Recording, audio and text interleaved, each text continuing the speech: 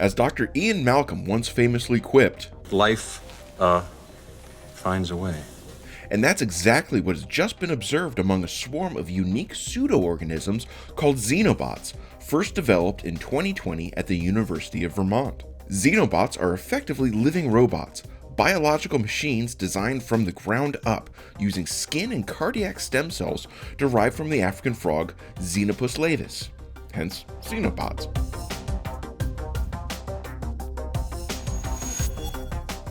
The UVM team first spent months running an evolutionary algorithm on the Deep Green supercomputer cluster at the university's Vermont Advanced Computing Core to design and test the various shapes and functions these synthetic life forms might be able to use.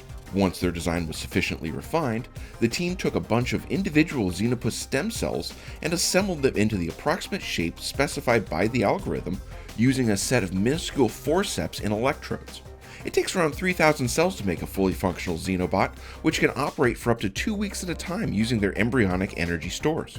Now, once these Franken cells were put together, they began to self-organize, using their cardiac cell contractions for locomotion to explore their environment.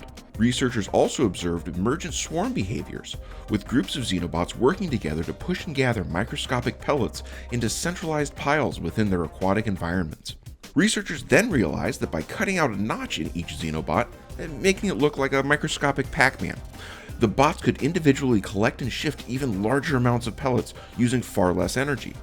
This allowed the Xenobots to operate more efficiently and for longer time periods before running out of energy and, well, dying. Now here's where things get really wild.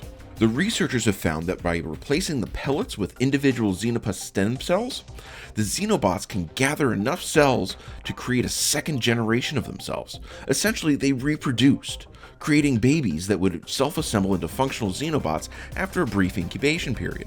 The UVM team hopes to further develop Xenobot technology into something a bit more functional, using them to potentially deliver drug molecules to specific parts of the human body, or having them gather and remove microplastics from waterways. Now, before you freak out, understand that this is not an Island of Dr. Moreau situation. This is not a new species of life that has been created by any means, at least not any more than the cells that make up your immune system are. Like white blood cells, these Xenobots are alive in the technical sense, but they're not individual organisms capable of surviving on their own or replicating without outside assistance. Of course, they said the same thing about the chances of a population of all-female dinosaurs spontaneously reproducing, and we all saw how that turned out. So, hold on to your butts.